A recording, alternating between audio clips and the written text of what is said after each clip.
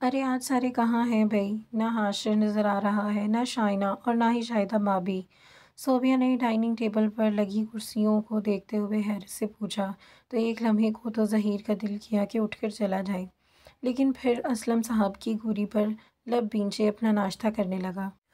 وہ صوبیہ دراصل حاشر کی طبیعت کل سے تھوڑی خراب تھی تو آرام کر رہا ہے، شاہدہ اسی کے پاس ہے، اسلم صاحب نے روک کر کہا۔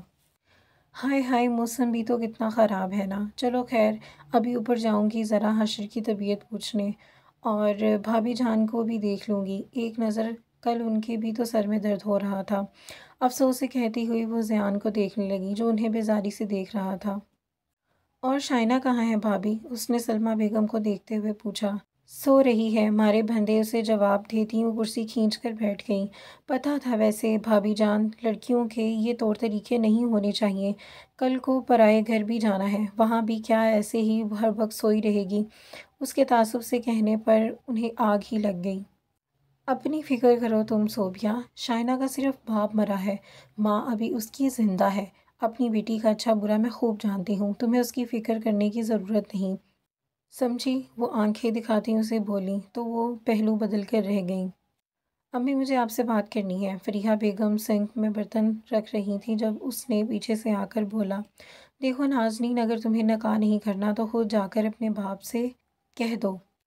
مجھ میں ہمت نہیں ہے تمہارے باپ کے چہرے سے خوشی چھین سکوں، خراب موڈ سے کہتی وہ کچن سے جانے لگی جب اس کے خفقے سے آواز آئی۔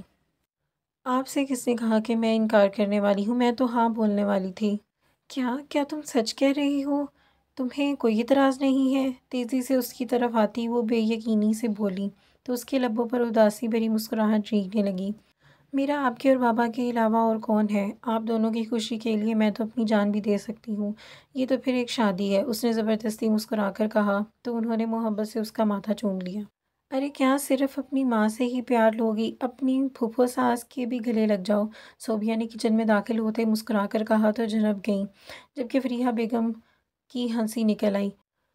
تمہاری یہ چھپ چھپ کر باتیں سننے والی عادت ابھی تک نہیں گئی نا؟ مسکراتی نظروں سے اسے دیکھتے ہوئے فریحہ بیگم نے کہا۔ کیا بھابھی جان، آپ بھی نا؟ ویسے میں باتیں سن نہیں رہی تھی، وہ تو بس خود ہی کانوں میں پڑ گئیں، لیکن خیر اس بات سے کیا فرق پڑتا ہے؟ بس اب میں نے کہہ دیا ہے بھابھی جان کہ اب میں مزید دیر نہیں کروں گی، اب جلدی سے تاریخ طے کر دیتے ہیں، قسم سے مجھ سے بالکل صبر نہیں ہو رہا۔ اب نازنین کو خود سے لپٹا لیا۔ وہ چہکیں۔ توبہ ہے صوبیہ، تم تو ہوا کے گھوڑے پر سوار ہو گئی ہو، ذرا سب گھر والوں کو تو بتا دیں، پھر شادی کی تاریخ رکھ لیں گے، فریحہ بیگم نے افسوس سے کہا۔ ارے بھائی، یہ تو میں بھول ہی گئی تھی نا، ابھی فون کر کے اسلم بھائی اور احمد بھائی کو بتاؤں گی، اور ڈرائیور سے کہہ کے مٹھائی کے ڈبے بھی منگوا لیتی ہوں، پھر دونوں مل کر اوپر نیچے مٹھائی دے آئیں گے، خود سے بولتی وہ کچن سے نکل گئیں، جبکہ پیچھے فریحہ بیگم پیچھے تعصب سے گردن ہلا کر رہ گئیں۔ احمد صاحب آفس میں بیٹھے اسلم صاحب سے پروجیکٹ ڈسکس کر رہے تھے جب ان کا فون بجا۔ ہاتھ اشارے سے اسلم کو روکتے ہوئے انہوں نے فون اٹھایا۔ ارے ہاں بھئی ہاں، تمہاری ہی بیٹی ہے۔ ارے میں ابھی آفس میں ہوں، گھر آ جاؤں پھر آ کر تاریخ وغیرہ طے کر لیتے ہیں۔ ہاں بھئی مٹھائی منگوا لو، رکھو فون۔ بھئی میں آفس میں ہوں۔ ارے اسلم تمہیں مبارک ہو بہت بہت۔ دراصل صوبیہ نے نازنین کا ہاتھ مانگا زیان کے لیے، تمہاری بھابھی اور مجھے تو خیر کوئی اعتراض نہیں تھا، لیکن ہم نے نازنین سے پوچھنا ظاہر سی بات ہے کہ آخر فیصلہ تو اسی کا تھا، اور ابھی صوبیہ کا فون آیا تھا کہ نازنین نے ہاں کر دی ہے، تو فون رکھ کر ہنستے ہوئے اسلم صاحب کو بتایا تو یکدم وہ چونک گئے۔ کیا مطلب؟ نازنین نے ابھی ہاں کی ہے؟ آپ لوگوں نے تو ہاں کر دی تھی نا پہلے ہی؟ بولے بغیر وہ نہ رہ سکے۔ کیا بول رہے ہو؟ نازنین نے جب ابھی ہاں نہیں کی تو ہم کیسے ہاں کر سکتے تھے؟ ظاہر سی بات ہے اس کی اجازت سے ہی ہاں کریں گے نا؟ کیا کہہ رہے ہو؟ مجھے سمجھ نہیں آ رہا، انہوں نے نا سمجھی سے جھٹلاتے ہوئے کہا۔ تو ایک لمحے تو اسلم صاحب کو سب سمجھ آ گیا کہ وہ اپنی بہن صوبیہ کی فطرت سے اچھی طرح واقف تھے۔ ایک پل تو ان کا دل کیا کہ احمد صاحب کو صوبیہ کا جھوٹ بتا دیں، لیکن پھر یوں بہن کی بے نقاب کرنا اس کی برائی تھا، انہیں گوارا نہیں تھا۔ ویسے بھی اب سب کچھ ہو گیا تھا، سب ہاتھ سے نکل گیا۔ اگر ان کی بیوی تک بات چلی گئی تو صوبیہ کو کچا کھا جاتی۔ وہ کبھی اپنی بہن کو یوں بے عزت نہیں کرنا چاہتے تھے، لیکن وہ صوبیہ اس کے بارے میں سے بات ضرور کریں گے، سوچتے ہوئے وہ کھڑے ہو گئے۔ میں ذرا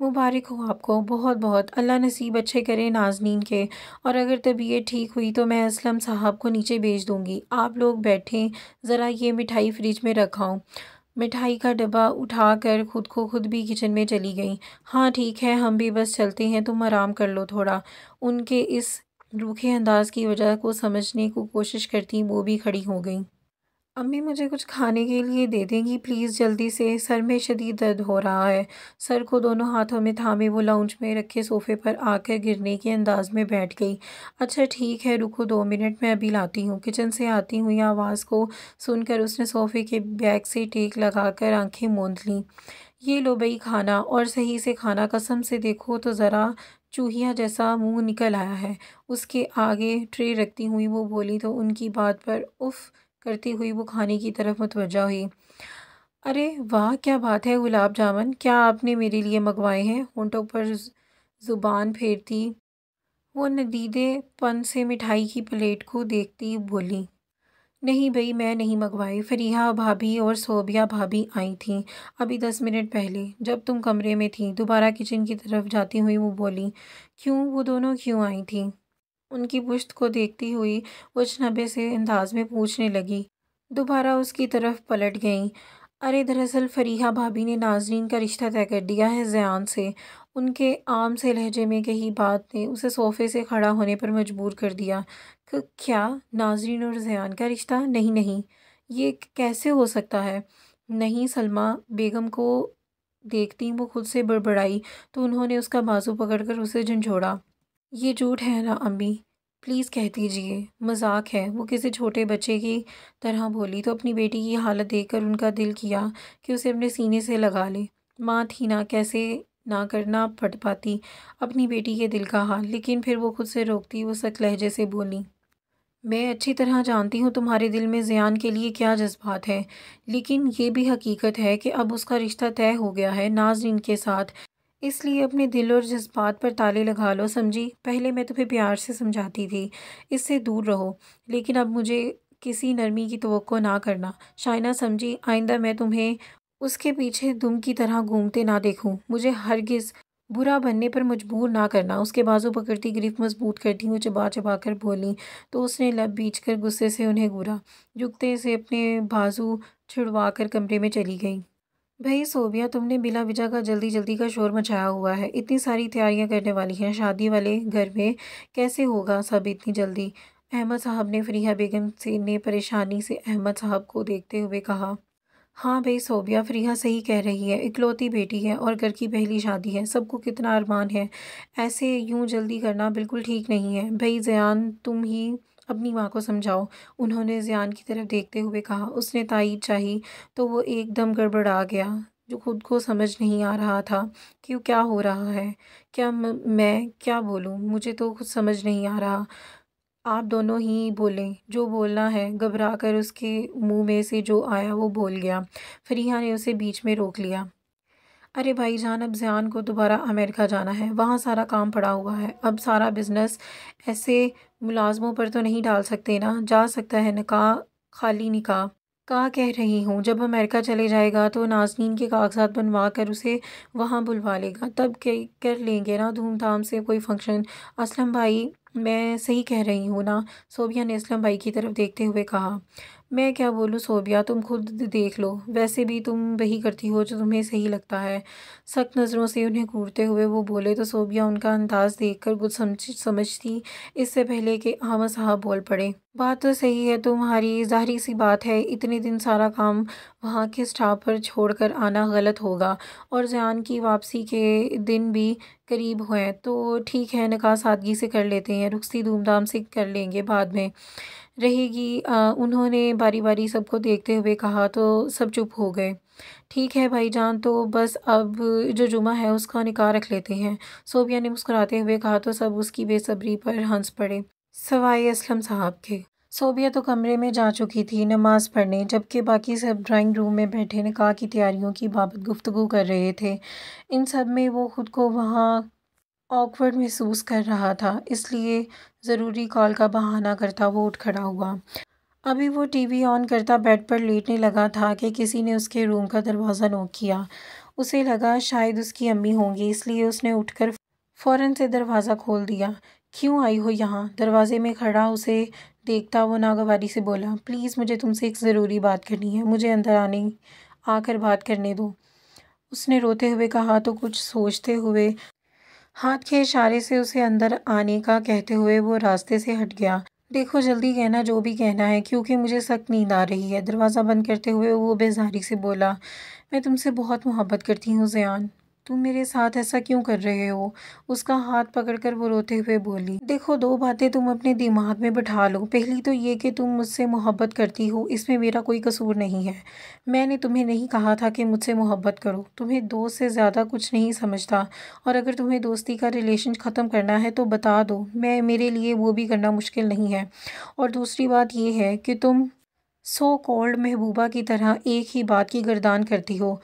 میرے ساتھ ایسا مت کرو، میں تنگ آ گیا ہوں۔ یان میں نے ایسا کیا کر دیا ہے تمہارے ساتھ؟ ایسے کون سا ظلم کر دیا ہے تم پر؟ اس دن جو بھی ہوا تھا اس میں تمہاری بھی مرضی شامل تھی۔ قسم سے تم ببالی جان بن گئی ہو میرے لیے۔ میں نے تمہیں ایک دوست سمجھ کر ٹائم سپینڈ کیا تھا اور تم سر درد ہو گئی ہے میری۔ اس نے جھنجھلاتے ہوئے جھٹکے سے اپنا سر پکڑ لیا۔ تم مجھ سے محبت نہیں کرتے کوئی بات نہیں، پر میں تو کرتی ہوں نا۔ پلیز اس نازنین سے شادی نہ کرو، اور تمہیں کبھی خوش نہیں رکھے گی۔ مجھ سے شادی کرو بس، میں تمہیں بدلے میں کچھ بھی نہیں مانگوں گی، بس مجھے اپنا نام دے دو، تمہارے بغیر میں اپنی زندگی کا تصور بھی نہیں کر سکتی۔ دوبارہ اس کے قریب آ کر اس کے سینے پر سرکتی وہ بچوں کی طرح ضد کرنے لگی، کیوں کروں میں تم سے شادی، جب مجھے تم سے محبت ہی نہیں ہے، بلکہ محبت تو دور کی بات ہے میں تمہیں پسند تک نہیں کرتا۔ اس نے غصے سے چبا چبا کر کہا، تو کیا تم نازنین سے محبت کرتے ہو جو اس سے شادی کر رہے ہو؟ اس کی بات پر اس نے اس کے سینے سے سر ہٹا کر حیرت سے پوچھا، نہیں بھئی نہیں، میں نہیں کرتا اس سے بھی محبت، بلکہ وہ مجھے ایک آنکھ نہیں پاتی۔ تو پھر کیوں کر رہے ہو اس سے شادی؟ بتاؤ۔ یکدم غصے سے چیختی وہ اسے جھنجھوڑنے لگی، پھر پڑ گیا تمہیں پاگل پن کا دورہ؟ مجھے دروازہ کھولنا ہی نہیں چاہیے تھا۔ نکلو باہر میرے کمرے سے، تم میری ماں نہیں ہو جو مجھے ہر سوال کا جواب تمہیں دینا ہو، سمجھی؟ اس کا ہاتھ پکڑ کر کہتا ہوا وہ اس کمرے سے باہر نکالنے لگا، جب تک تم مجھے وجہ نہیں بتاؤ گے اس سے شادی کی تب تک میں نہیں جاؤں گی، اور اگر تم نے مجھے زبردستی کمرے سے نکالا تو اس کا انجام تم جانتے ہو، اس سب کی ذمہ دار تم خود ہوگے، سمجھے؟ جھٹکے سے اسے بازو چھڑوا کر وہ چیخی، جاننا چاہتی ہو نا کہ کیوں کر رہا ہوں اس سے شادی؟ تو سنو، تمہارے جیسی گندی ناپاک نہیں ہے، اسے آج تک کسی غیر مرد نے نہیں چھوا، تو دور کی بات ہے اس نے کبھی کسی کو دیکھا نہیں ہوگا، اس بات کا مجھے یقین ہے۔ وہ تمہاری طرح کسی نامحرم کے کمرے میں آ کر اسے ایسے گھسنے والی باتیں نہیں کرتی۔ معصومیت اس کے چہرے سے پتہ چلتی ہے، اس کے کردار کی پختگی کا اندازہ اس کے ہر انداز سے ہوتا ہے، جبکہ تم ایک بدکار عورت ہو جو آدھی رات کو ایک غیر مرد کے کمرے میں آتی ہے، جو ایک نامحرم کے ساتھ رات گزارتی ہے۔ تم ایک گندی عورت ہو، سنا تم نے؟ بلکہ ایک گندگی کا ڈھیر ہو، تمہاری اوقات، سمجھی؟ تم چاہتی ہو کہ میں تم سے شادی کروں؟ زیان، ذوالفقار کے لیے تو ایسی عورت ہونی چاہیے جس کا کردار آئینے کی طرح صاف ہو، نہ کہ تم جیسی عورت۔ اب یہاں سے دفع ہو جاؤ فوراً، کیونکہ میں تمہارے اس گندے وجود کو مزید برداشت نہیں کر سکتا۔ اس ناپاک وجود میں میرا کمرہ گندا کر رہا ہے، وہ اسے تکلیف دینے کے غرض سے غصے سے چبا چبا کر بولا، تو چند لمحے تو وہ اسے دیکھتی رہ گئی، پھر یکدم اس نے اس کے سینے پر ہاتھ رکھا، اسے زوردار دھڑکتا دل وہ اس افتاد کے لیے تیار نہیں تھا، اس لیے 2 قدم پیچھے ہو گیا۔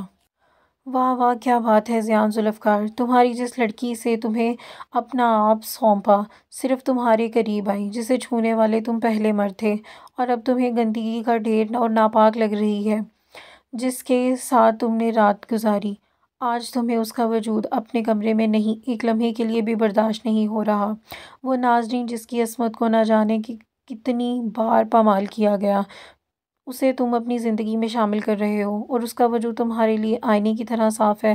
تم انتہائی منافق انسان ہو، تمہاری ہمت کیسے ہوئی مجھے اس 2 ٹکے لڑکی کے ساتھ منانے کی؟ جواب دو مجھے، گھٹیا آدمی۔ اس کی آنکھوں میں آنکھیں ڈالی وہ غصے سے چیختے ہوئے بولی، جو منہ میں آیا وہ بولتی، مگر وہ سن کہاں رہا تھا، اس کا دماغ تو صرف ایک ہی بات میں اٹک گیا تھا، جس کی عصمت کو نہ جانے کتنی بار پامال کیا گیا، اس نے اپنی زندگی میں شامل کر رہے ہو۔ اس کا وجود تمہارے لیے آئینے کی طرح صاف ہے۔ وہ انہی لفظوں میں الجھا ہوا جب اچانک شائنہ نے اسے دوبارہ دھکا دیا اور جانے لگی تو ایک دم ہوش میں آیا۔ رکو، ابھی تم نے نازنین کے بارے میں کیا کہا؟ دوبارہ کہو۔ بازو پکڑ کر اسے رخ اپنی طرف کرتا ہوا وہ بولا، اور اس کے چہرے پر طنزیہ مسکراہٹ رینگ گئی۔ کیوں تمہیں برا لگ رہا ہے میرا اس کے بارے میں کہنا؟ اس کے قریب جھکتی وہ غصے سے اسے دیکھتے ہوئے بولی تو زیان نے اس کے بازو پر گرفت سخت کر لی۔ میرے ساتھ فضول بکواس نہیں کرنا، سمجھی؟ ابھی جو تم نے اس کے بارے میں بولا وہ صحیح سے بتاؤ۔ مجھے اس کے بعد چہرے کی سختی دیکھ کر شائنہ کو نہ جانے کیوں محسوس ہوا جیسے وہ ہر بات سے لا علم ہے۔ ہو سکتا ہے نازنین کا ماضی جاننے کے بعد وہ اسے شادی سے انکار کر دے۔ یہ خیال آتے ہی وہ کسی رٹو طوطے کی طرح 7 سال پہلے ہوئے حادثے کے بارے میں اسے بتانے لگی۔ وہ ابھی دوائی کھا کر بیڈ کی پشت سے ٹیک لگا کر پرسکون انداز میں بیٹھی تھی، جو دھاڑ سے دروازہ کھول کر شدت سے اشتعال میں زیان اندر آیا۔ یہ کون سا طریقہ ہے زیان اپنی ماں کے کمرے میں آنے کا؟ اچانک چونک کر سیدھی ہو کر بیٹھی وہ خفگی سے بولی، آپ نے مجھ سے اتنی بڑی بات کیوں چھپائی؟ جواب دیں۔ مجھے دروازہ بند کر کے جارحانہ انداز میں اس کی طرف بڑھتا اس کے سر پر دھاڑا۔ ایسا کیا چھپا لیا میں نے تم سے جو تم اس قدر آپے سے باہر ہو رہے ہو؟ اپنی ماں کا لحاظ بھی نہیں کر رہے؟ وہ غصے سے بولتی اس کے سامنے آ کھڑی ہوئیں۔ آپ کیوں نہیں بتایا مجھے نازنین کے ماضی کے بارے میں؟ بولے، کیوں چھپائی اتنی بڑی بات مجھ سے؟ اس کے کاٹ دار لہجے میں کہنے پر ایک سیکنڈ کے لیے تو صوبیہ کو سانپ سونگھ گیا۔ بڑی مشکل سے خود کو سنبھالتی ہوئی بولی، تم کو کس نے بتایا؟ اس نے ہکلاتے ہوئے کہا تو زیان کے لبوں پر طنزیہ مسکراہٹ آ گئی۔ اس بات سے کیا فرق پڑتا ہے مجھے کس نے بتایا، لیکن اہم بات یہ ہے کہ آپ کا لہجہ بتا رہا ہے کہ یہ سچ ہے۔ سرخ آنکھوں سے اس کے چہرے پر جھکا بولا تو اس کے چہرے کے تاثرات دیکھ کر صوبیہ نے آنکھیں میچ لیں۔ زیان میری بات سنو بیٹا، میں تم سے چھپانا نہیں چاہتی تھی، تمہیں بتانے والی تھی۔ وہ بولنے لگی تو زیان اس کی بات کو بیچ میں کاٹ کر بولا، کب تک بتانے والی تھی؟ کب تک؟ شادی کے بعد؟ تم اتنا غصہ کیوں کر رہے ہو زیان؟ یہ کوئی اتنی بڑی بات نہیں ہے، وہ سب 7 سال پرانی باتیں ہیں۔ وہ تب چھوٹی معصوم تھی، معصوم کا کیا قصور ہے ان سب میں؟ وہ روتے ہوئے بولی، ایسی باتیں کبھی پرانی نہیں ہوتی، آپ جانتی ہیں یہ بات۔ اس کی ذات پر آج بھی لوگ سوال کرتے ہوں گے، اور وہ ایک نارمل لائف گزار سکتی ہے۔ کیا اسے شادی کے بعد اس کا شوہر ایک نارمل لائف گزارنے دے سکتا ہے؟ جواب دیں اس کی بات کا۔ میں اپنی پوری زندگی بھی اگر انتظار کر لوں تب بھی وہ عام لڑکیوں کی طرح نہیں رہ سکتی۔ اس کی ذات ہمیشہ ایک پہیلی کی طرح رہے گی۔ تم اگر اسے پیار دو گے وہ ضرور خود کو تمہارے رنگ میں رنگ دے گی۔ تو دیکھو، اگر اس کا ہاتھ پکڑتے ہوئے اسے سمجھانا چاہا تو اس نے انہیں ہاتھ کے اشارے سے روک دیا۔ اسے کتنا بھی وقت دے دوں لیکن اس کے لیے اس کی ذات پر اٹھے لوگوں کے سوال نا جواب ملیں گے۔ انہیں اس کے وجود پر لگی کالک کبھی بھی ختم نہیں ہو سکتی، سمجھی آپ؟ اس کے اس بات پر بولنے پر ایک پل کے لیے شاکڈ ہو گئیں۔ تم یہ سب کیسے اس کے بارے میں یہ سب کہہ سکتے ہو زیان؟ وہ تمہاری ہونے والی بیوی ہے، انہوں نے دھیمے لہجے میں اسے کہا۔ ہونے والی بیوی تھی پر اب نہیں۔ مجھے نازنین کسی صورت قبول نہیں ہے۔ خیر، قابل تو وہ میرے پہلے بھی نہیں تھی، صرف اس لیے کردار کی وجہ سے ہاں کر دی تھی، لیکن اب تو اس کے پاس کردار بھی نہیں رہا۔ اب میں اس سے شادی کیوں کروں گا؟ مجھے اس کا میلا وجود ہرگز قبول نہیں ہے، اس نے کندھے اچکاتے ہوئے کہا۔ زیان، ابھی تھوڑی دیر پہلے تو تاریخ طے ہوئی ہے، کیسے اب انکار کر سکتے ہو تم؟ میں بھائی جان کو کیسے انکار کروں گی؟ انہوں نے عاجز ہوتے ہوئے کہا۔ جیسے بھی انکار کرنا ہے وہ آپ کا مسئلہ ہے، میرا نہیں ہے۔ لیکن مجھے ایک بات بتائیں، مجھ جیسے شاندار مرد کے لیے آپ کو پوری دنیا میں وہی لڑکی ملی تھی جسے نہ جانے کتنے مردوں نے اپنی ہوس پوری کی ہو، وہ لڑکی جس کی ذات ساری زندگی اس کے لیے سوال ہے، وہ استعمال شد۔ وہ مزید کچھ کہتا اس سے پہلے ہی ایک چٹاک کی آواز آئی، ساتھ ہی صوبیہ بیگم اس کے منہ پر تھپڑ مار دیا۔ وہ گال پر ہاتھ رکھے سن کھڑا اپنی ماں کی طرف دیکھ رہا تھا، جس نے آج زندگی میں پہلی بار اس پر ہاتھ اٹھایا تھا، وہ بھی اس عام سی لڑکی کے لیے۔ اس کے دل میں غصے کی آگ مزید بھڑک گئی۔ آپ نے مجھ پر ہاتھ اٹھایا، وہ بھی اس 2 ٹکے کی لڑکی کے لیے؟ اس کے لہجے میں حیرت ہی حیرت تھی۔ ہاں، اٹھایا ہے میں نے تم پہ ہاتھ، اور دوبارہ بھی اٹھاؤں گی۔ اگر تم نے اس کے بارے میں ایک اور لفظ کہا تو تمہیں شرم آنی چاہیے۔ اس معصوم کے بارے میں اتنے گندے الفاظ استعمال کرتے۔ گندگی وہ نہیں ہے، بلکہ تم ہو۔ سنا تم نے؟ تمہیں کیا لگتا ہے میں تمہاری عادتوں سے واقف نہیں ہوں؟ میں تمہارے بارے میں ہر چیز جانتی ہوں، لیکن پھر بھی بس تمہیں دوسرا ذوالفقار بننے سے روکنا چاہتی ہوں۔ لیکن جانتے ہو، کبھی بھی تم اپنے باپ جیسے لگتے ہو۔ وہ بھی اپنی زبان سے دوسروں کے دل پر چھریاں چلاتا تھا۔ اس کا گریباں پکڑ کر وہ چیخی، پھر گہرے گہرے سانس لینے لگی، جبکہ وہ لب بھینچے غصے سے اسے دیکھتا رہا، پھر جانے کے لیے پلٹ گیا۔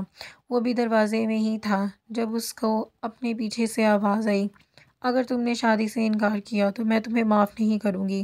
یاد رکھنا یہ بات، میرے جنازے کو بھی کندھا دینا تمہیں نصیب نہیں ہوگا۔ اپنی ماں کی بات سن کر اس کے ہونٹوں پر طنزیہ مسکراہٹ رینگ گئی۔ ایک نظر اسے دیکھتا وہ کمرے سے نکل گیا، جبکہ وہ گہری سانس لے کر بیڈ پر بیٹھ گئی۔ پھر کچھ یاد کیا، پھر سائڈ ٹیبل کی دراز سے ایک لفافہ نکال کر مسکرا کر اسے پڑھنے لگی۔ ذوالفقار، عنقریب تم اپنے انجام کو پہنچو گے، خود سے کہتی ہوئی وہ مسکرانے لگی۔ تمہاری وجہ سے میری ماں مجھ پر چلائی، تمہاری وجہ سے میری ماں نے مجھ پر ہاتھ اٹھایا، وہ بھی زندگی میں پہلی بار۔ اس بے عزتی اور تھپڑ کا بدلہ اب تم چکاؤ گی۔ نازنین احمد، بس اب ایک بار نکاح کا دن آنے دو، تمہیں ایسا تماچا ماروں گا کہ تم ساری زندگی یاد رکھو گی۔ گال پر ہاتھ رکھتے ہوئے وہ نفرت سے کہتے ہوئے بیڈ میں لیٹ گیا۔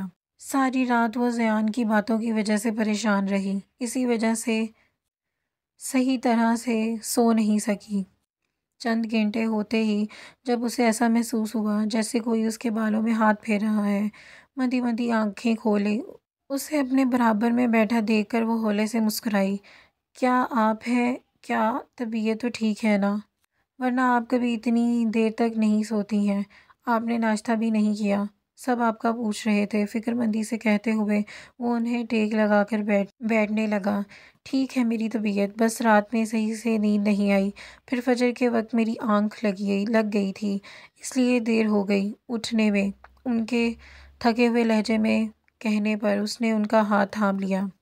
آپ میری وجہ سے پریشان ہیں نا؟ جانتا ہوں ہر بات، میں آپ کو بہت تنگ کرتا ہوں۔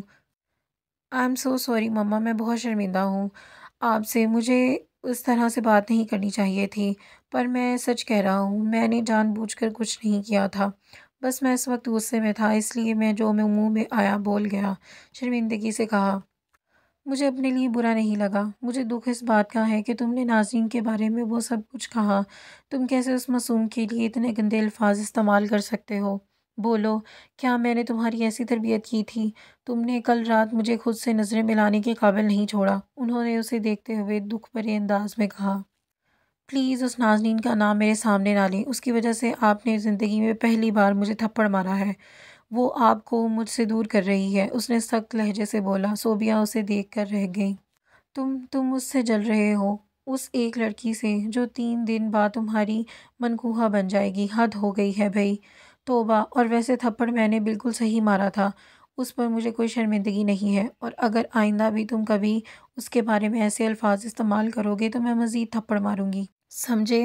ایک بات یاد رکھنا زیان، مجھے تم پر بڑا مان ہے، اپنی مرتی ماں کا یہ مان کبھی توڑنے۔ زیان اس کی مرنے کی بات پر وہ تڑپ کر انہیں دیکھنے لگا۔ آپ جان بوجھ کر مرنے کی باتیں کرتی ہیں تاکہ مجھے تکلیف پہنچے، آپ بہت بری ہیں، ہر بار مجھے ہرٹ کرتی ہیں۔ آپ کیسے اپنے مرنے کی بات کر سکتی ہیں جبکہ آپ جانتی ہیں کہ آپ کے علاوہ اس دنیا میں میرا کوئی بھی نہیں ہے؟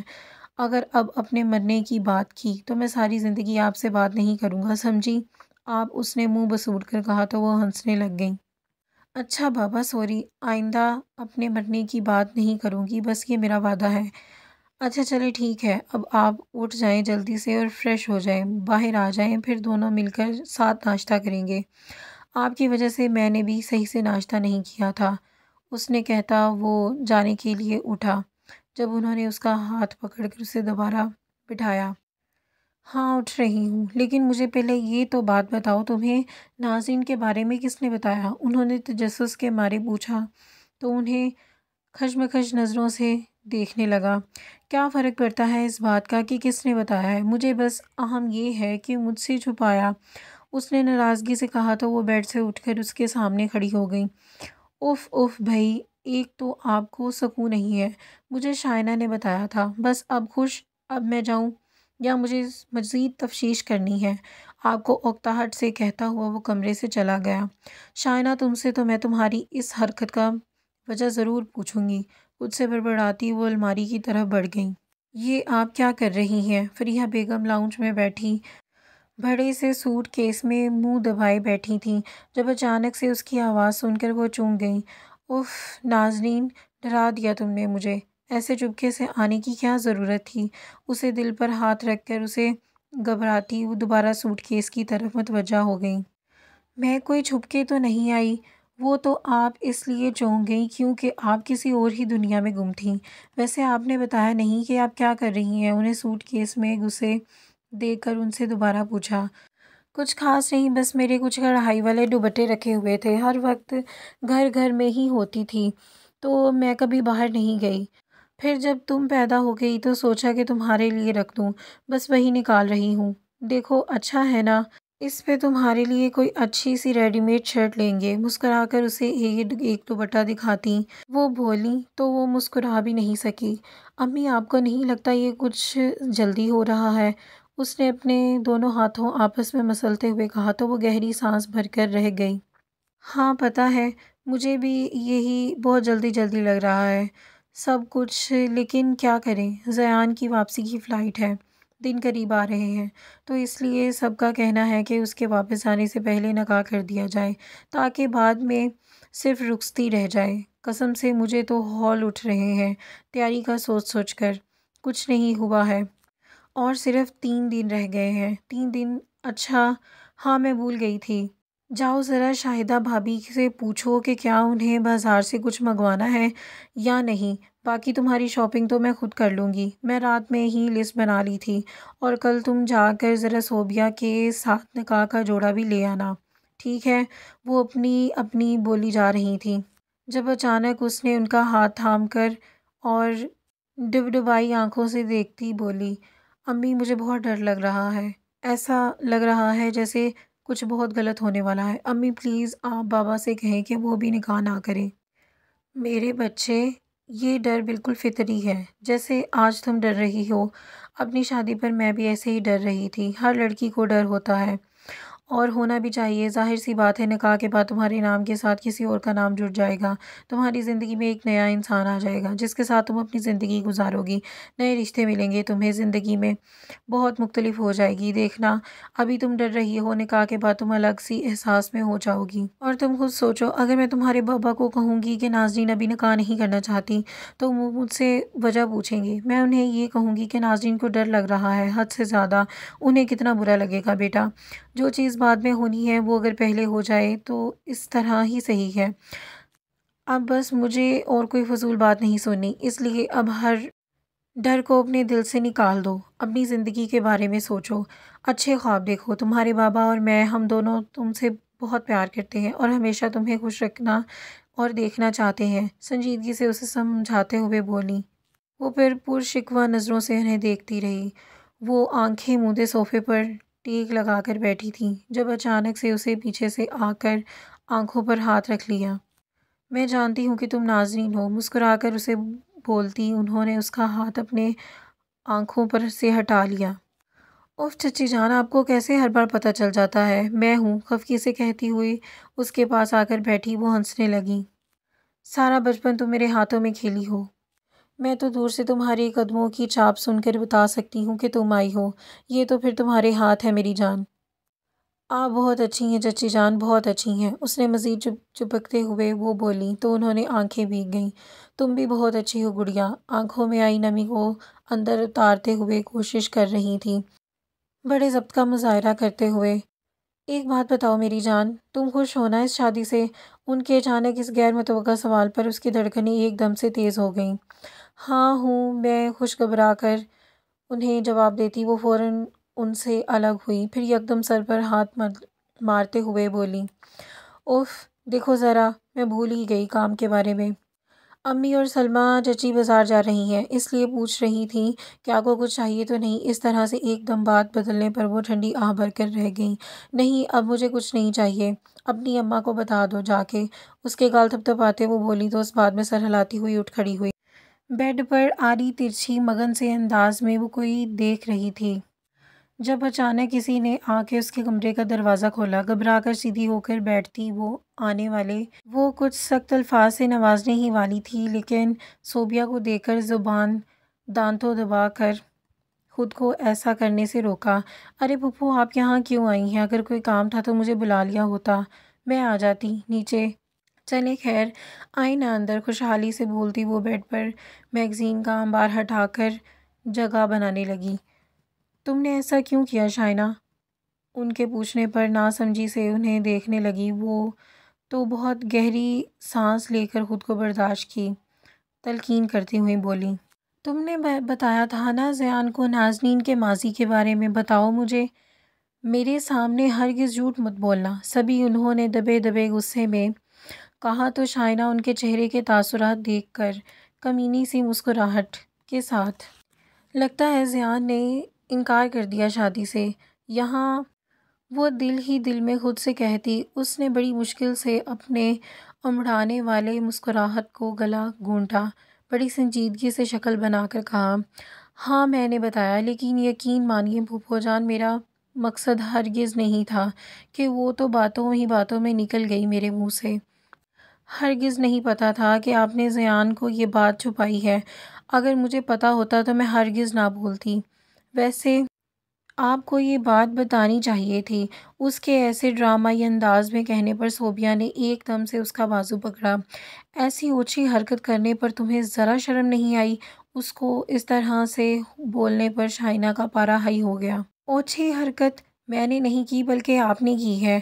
آپ نے اپنے بیٹے سے اتنا بڑا سچ چھپایا، کیوں کرا تم نے ایسا شائنہ؟ مجھے بتاؤ۔ ان کے تعصب سے کہنے پر اس نے لبوں پر آسودہ سی مسکراہٹ رینگ گئی۔ کیا آپ کو میری طرف دیکھ کر بھی پتہ نہیں چل رہا کہ میں نے ایسا کیوں کیا؟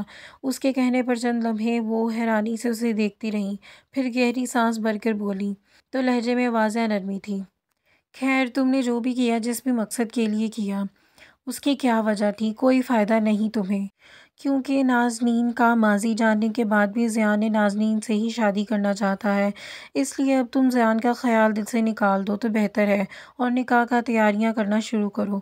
آخر کو تم قریبی کزن ہو، کڑی نظروں سے اسے کہتی وہ جانے کے لیے پلٹیں، جبکہ وہ بت بنی ان کی پشت کو دیکھ رہی تھی۔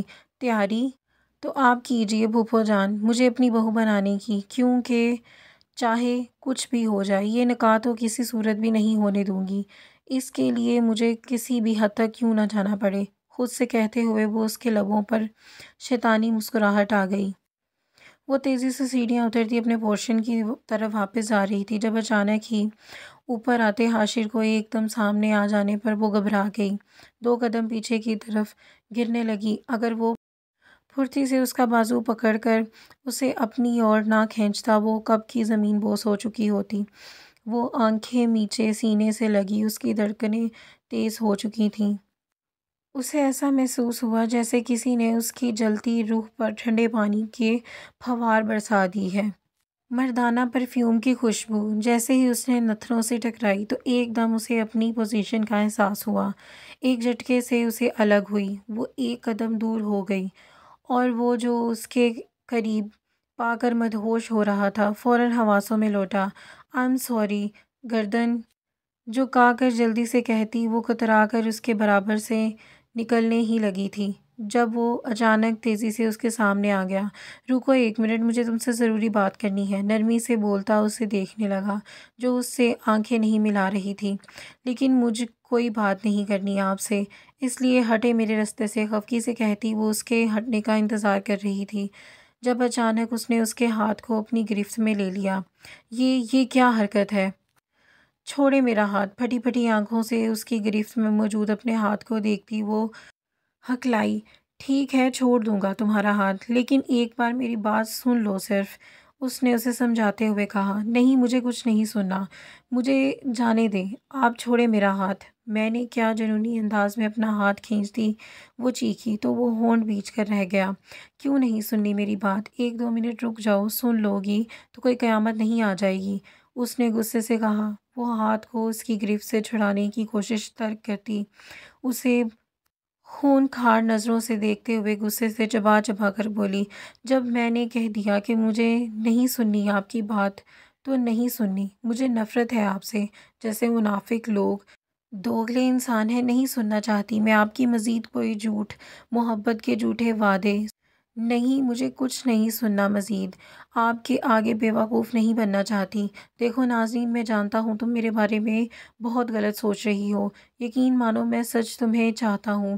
میں اس کے دونوں ہاتھوں کو تھامتا، وہ بے بسی سے اس کے اپنی صفائی میں کچھ کہنے ہی لگا تھا جب اس نے درشتی سے اس کی بات کاٹتے ہوئے کہا۔